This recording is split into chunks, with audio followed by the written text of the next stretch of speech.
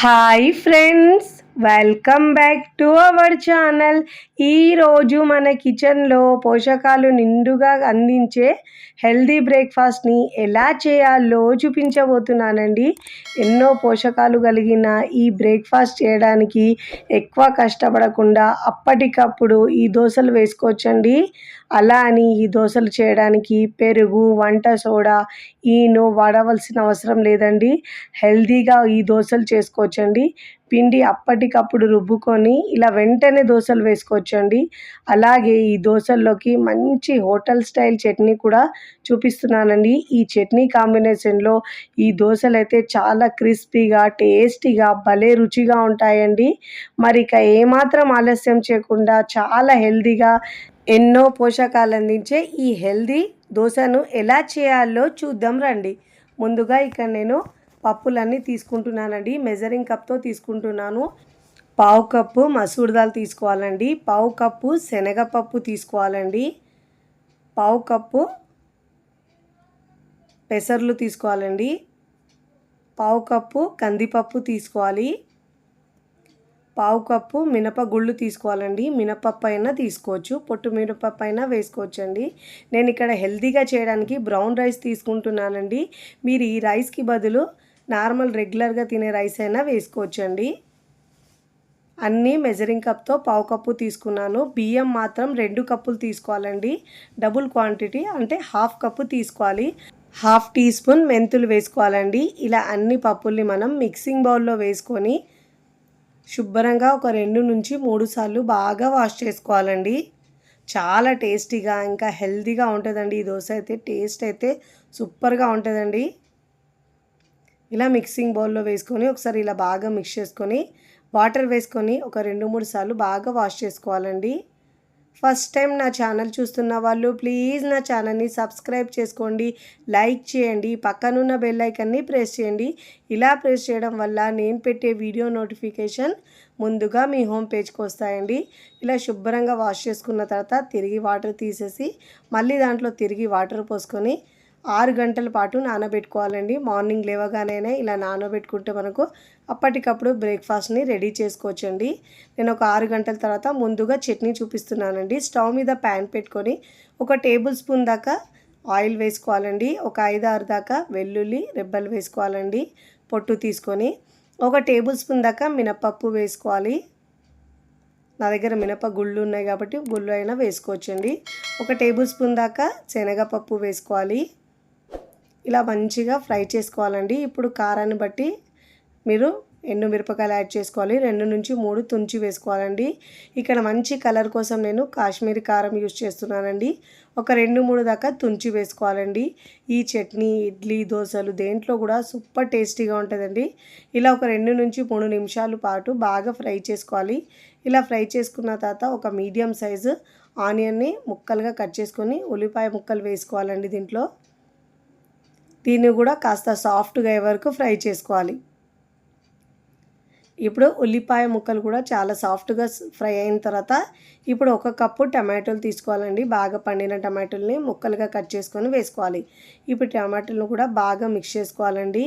ఇప్పుడు ఇలా బాగా మిక్స్ చేసుకున్న తర్వాత రుచికి సరిపోయినంత ఉప్పు వేసుకోవాలండి. ఉప్పు, కారం మీ టేస్ట్ని బట్టి యాడ్ చేసుకోండి.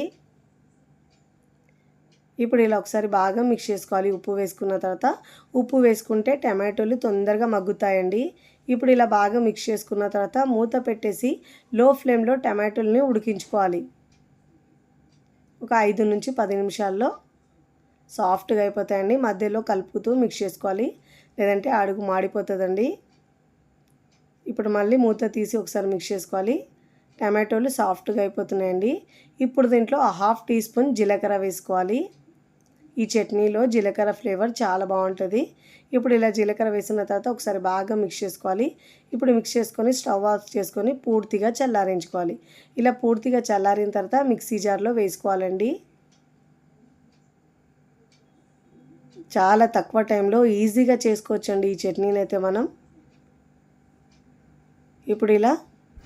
ఇప్పుడు ఇలా మిక్సీ జార్లో వేసుకున్న తర్వాత ఇప్పుడు ప్యాన్ కడిగి ఒక పావు కప్పు దాకా వాటర్ వేసుకోవాలండి. ఇప్పుడు దీంట్లో చిన్న చింతపండు ముక్క వేసుకోవాలండి. ఒకవేళ మీకు టమాటోలు ఎక్కువ పులుపు ఉంటే వేసే అవసరం కూడా ఉండదండి.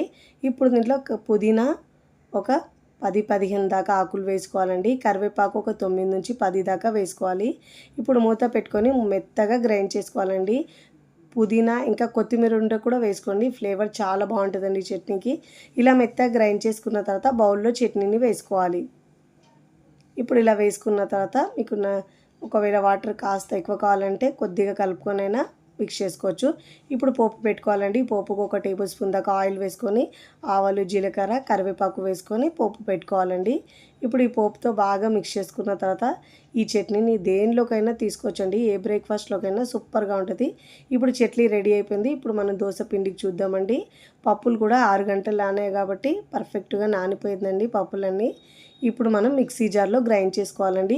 ఒకవేళ మీరు ఈ బ్రేక్ఫాస్ట్ని మార్నింగ్ చేయాలంటే నైట్ నానబెట్టుకుంటే సరిపోతుంది. అదే మీరు నైట్ చేయాలంటే ఆఫ్టర్నూన్ అయినా మధ్యాహ్నం నానబెట్టుకున్నా కానీ నైట్ వరకు నానిపోతాయండి పప్పులు. అప్పటికప్పుడు గ్రైండ్ చేసుకోవచ్చు. ఒక 6 గంటలు నానితే సరిపోతుందండి. ఇలా మిక్సీ జార్లో పప్పులు వేసుకున్న తర్వాత వాటర్ వేసుకొని మెత్తగా గ్రైండ్ చేసుకోవాలండి. ఎంత మెత్తగా గ్రైండ్ చేసుకుంటే మనకు దోశలు అంత క్రిస్పీగా సూపర్ టేస్టీగా వస్తాయండి. ఇలా గ్రైండ్ చేసుకున్న పిండిని మిక్సింగ్ బౌల్లో వేసుకోవాలి. ఇదే విధంగా మిగతా పిండిని కూడా గ్రైండ్ చేసుకొని అదే బౌల్లోకి వేసుకోవాలి. ఇప్పుడు దీనిలో కన్సిస్టెన్సీ ఇలా ఉండాలండి. మరీ పల్చగా చేయొద్దు. మనం రెగ్యులర్గా దోశ పిండికి అయితే ఎలా ఉంటుందో పిండి అదే విధంగా గ్రైండ్ చేసుకోవాలి. చూడండి, ఇలా గ్రైండ్ చేసుకున్న పిండిలో ఇప్పుడు మనం రుచికి సరిపోయినంత ఉప్పు వేసుకోవాలండి. ఇప్పుడు దీంట్లో మనం వంట సోడా, ఈనో ఏమీ వేసే అవసరం లేదండి. దీంట్లో మంచి కలర్ కోసం ఒక టీ స్పూన్ దాకా షుగర్ వేసుకోవాలండి. షుగర్ వేసుకుంటే దోశలు ఏమి తీపిగా రావు కానీ కలర్ మంచిగా వస్తుందండి దోశలకు. ఇప్పుడు ఇలా బాగా మిక్స్ చేసుకోవాలి. కన్సిస్టెన్సీ వీడియోలో చూపించిన విధంగా ఈ కన్సిస్టెన్సీలో ఉంటేనే మనకు దోశలు పర్ఫెక్ట్గా వస్తాయి. ఇప్పుడు మిక్స్ చేసుకున్న తర్వాత స్టవ్ మీద దోశ పెనం పెట్టి వాటర్ చిలకరించి టిష్యూ పేపర్ లేదంటే క్లాత్తో తుడుచుకోవాలండి. ఇలా బాగా తుడుచుకున్న తర్వాత ఇప్పుడు 2 గరిటెల పిండిని మనం వేసుకోవాలండి. దోశ వేసేటప్పుడు స్టవ్ని సిమ్లో ఉంచి వేసుకోవాలి. ఇప్పుడు మీకు వీలైనంత వరకు పల్చగా స్ప్రెడ్ చేసుకోవాలండి. ఎంత కావాలంటే అంత పల్చగా స్ప్రెడ్ చేసుకోవాలి. చాలా క్రిస్పీగా వస్తాయండి దోశలు అయితే. ఇలా స్ప్రెడ్ చేసుకున్న తర్వాత పైన తడి ఆరిన తర్వాత ఒక 1/2 టీ స్పూన్ దాకా ఆయిల్ వేసుకోవాలండి. దోశ వేసేటప్పుడు ఫ్లేమ్ని లోలో ఉంచాలండి. వేసిన తర్వాత హై ఫ్లేమ్లో ఉంచి కాల్చుకోవాలి, అన్ని వైపుల్లో తిప్పుతూ. ఇలా మంచి గోల్డెన్ కలర్ వచ్చిన తర్వాత మీకు నచ్చిన విధంగా ఫోల్డ్ చేసుకొని ప్లేట్లోకి తీసుకోవాలి. చూడండి ఎంత బాగా వచ్చిందో, మంచి కలర్తో క్రిస్పీగా సూపర్ టేస్టీగా వస్తుందండి. ఇప్పుడు ప్లేట్లోకి సర్వ్ చేసుకోవాలి. ఇదే విధంగా మిగతా పిండితో 1 బై 1 అన్ని దోశల్ని వేసుకోవాలి.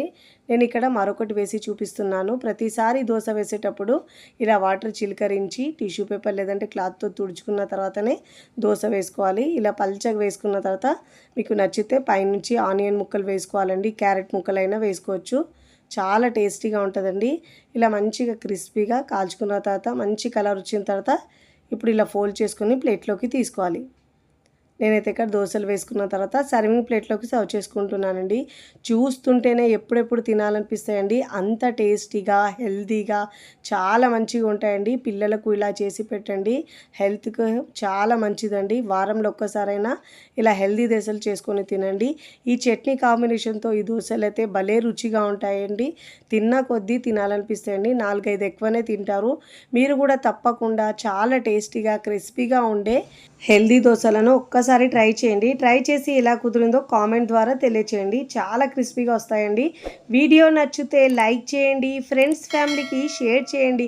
మరికొన్ని టేస్టీ సింపుల్ క్విక్ రెసిపీస్ కోసం టీ కిచెన్ని సబ్స్క్రైబ్ చేసుకోండి. కమెంట్ చేయడం అస్సలు మరవకండి. Thanks for watching.